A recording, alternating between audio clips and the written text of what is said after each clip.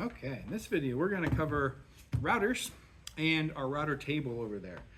Obviously very related tools, they do the same thing. In fact, the router table is just a normal router held upside down in a table to make it easier to use on smaller pieces.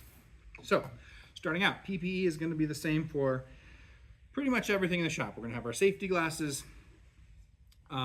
Loose clothing needs to be secured, long sleeves if they're loose, hair, jewelry, anything like that.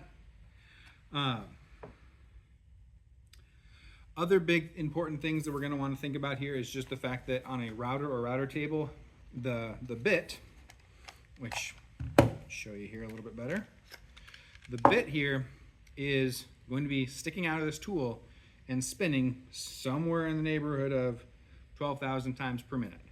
And that is not a nice cutter. It is going to be a cutter that is going to do some serious damage if we lose track of that. So we always want to make sure that we know where that router bit is when we're using the tool. We always want to make sure it's in good condition. If there's any nicks in that blade, if there's any damage to the cutter at all, we do not want to use that. And we need to make sure that the cutter is secured. I'll go through how to change those cutter bits when we actually use the tool, but you should always remove the battery before you work around that cutter bit, because it is only a quick little switch, and you do not want that switch to get bumped while you're trying to work on that tool. So we'll go ahead and put this back together here. You definitely can adjust the height without taking the battery out. That is fine. So I'll go ahead and adjust my height to where I want it, secure it down. And let's go ahead and talk about how to use this handheld router. There's lots of different profiles that a router can cut. I've got just a round over here that might work for putting a nice little edge on a project that you're doing. When you're working on a piece, we need to either make sure that in the case of a handheld router, that the workpiece is secure because we are going to be moving the router around, or in the case of a router table, the table itself is secured and we're going to be moving the workpiece. One of them has to be secured. When we use the router, we always want to hold it firmly with two hands. There's going to be one hand up here, that's where your power switch is. There's going to be another hand down here holding the router. We need to know where our hands are because that bit is right there. When we turn on the tool, we need to make sure that the router bit is not touching the wood, but that our router is already firmly set on the board. So I'm going to start the tool, then bring it in.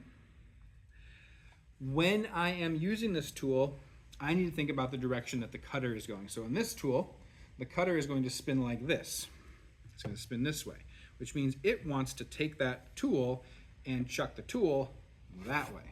If I'm trying to use the tool going this direction, I'm going in the same direction as the bit, and I could easily lose control.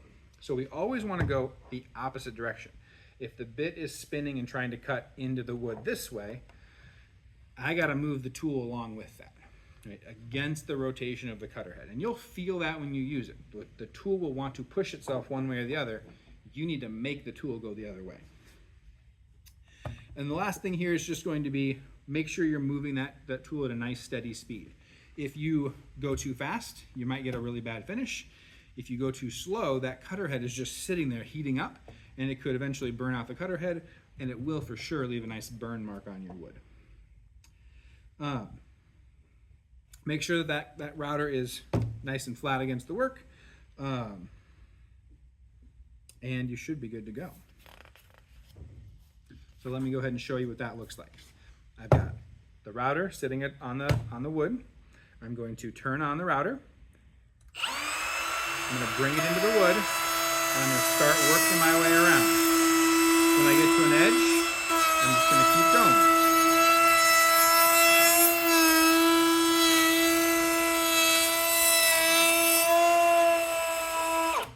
Now, this router stops really quick, so I'm going to make sure that router has completely stopped before I set it down. Because of this clamp, I need to spin the board around and keep going again from the other side, and I will do that. I'm going to want to overlap the area I was just on just a little bit, but I'm going to do the same thing. Router's flat on the table, turn around into the wood, and continue my cut.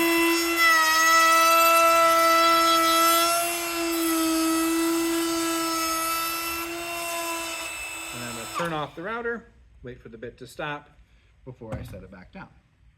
And that gives me a nice little round over edge on the corner there. That's all I'm looking for. So we'll go over to the router table now and talk about that one. Okay, before I actually show you the demonstration on the router table, I just want to show you underneath here. You can see all that's down there is another router turned upside down, and we've got an on-off switch just like a lot of our stationary tools. On the table here, you can see the router bit that's in there is actually the same one, and there are tools. This tool right here will let you adjust the height. So I can unlock that, and by spinning this tool, you can see the bit will go up or down to whatever height I want. We want to make sure that this red insert plate is appropriately sized so that we're not going to cut into it or anything like that. And then there's a few different tools here, little safety tools. This fence is really, really nice if you are doing something along a nice straight edge. We've got on this router bit a bearing that we're going to use and a starting pin. And so when we go to start this board, when we're routing this edge, you're going to see me start it against that pin, then feed it into the cutter and continue on like that. So I'll go ahead and show you that.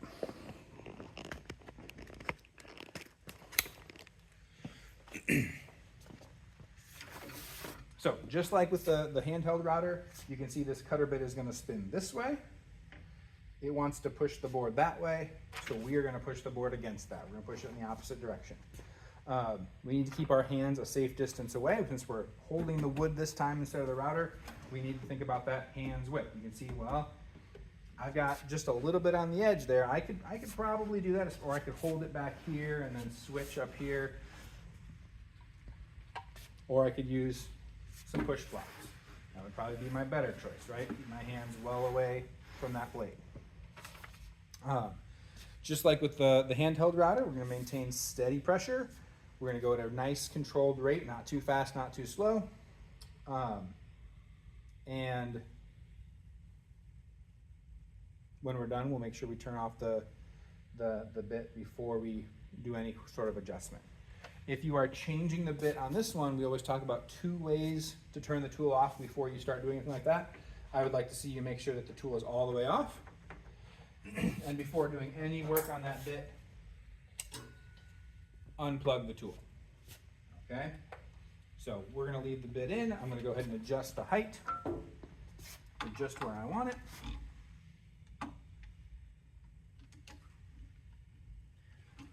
And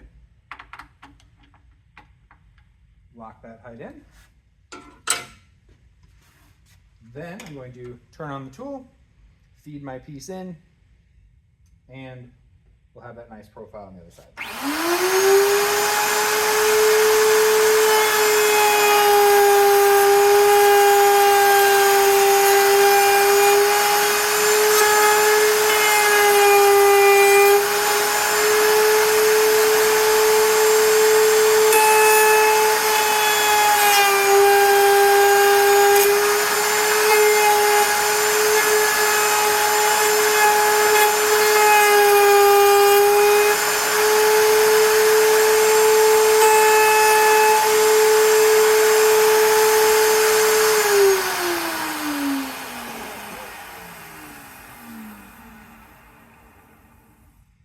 And then once that bit has completely stopped, you can see routers and router tables make a pretty big mess. So we're gonna make sure we clean that up so we avoid slipping.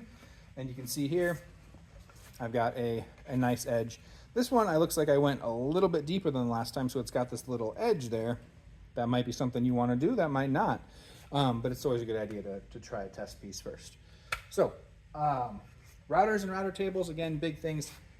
Personal protective equipment, eyeglasses, because there's a lot of sawdust flying around, and avoiding that loose clothing, because that loose clothing can always get caught in that bit, and that's not going to be a good time. So make sure any long sleeves, jewelry, long hair is all tied back before we're using any of those tools. Okay, thank you.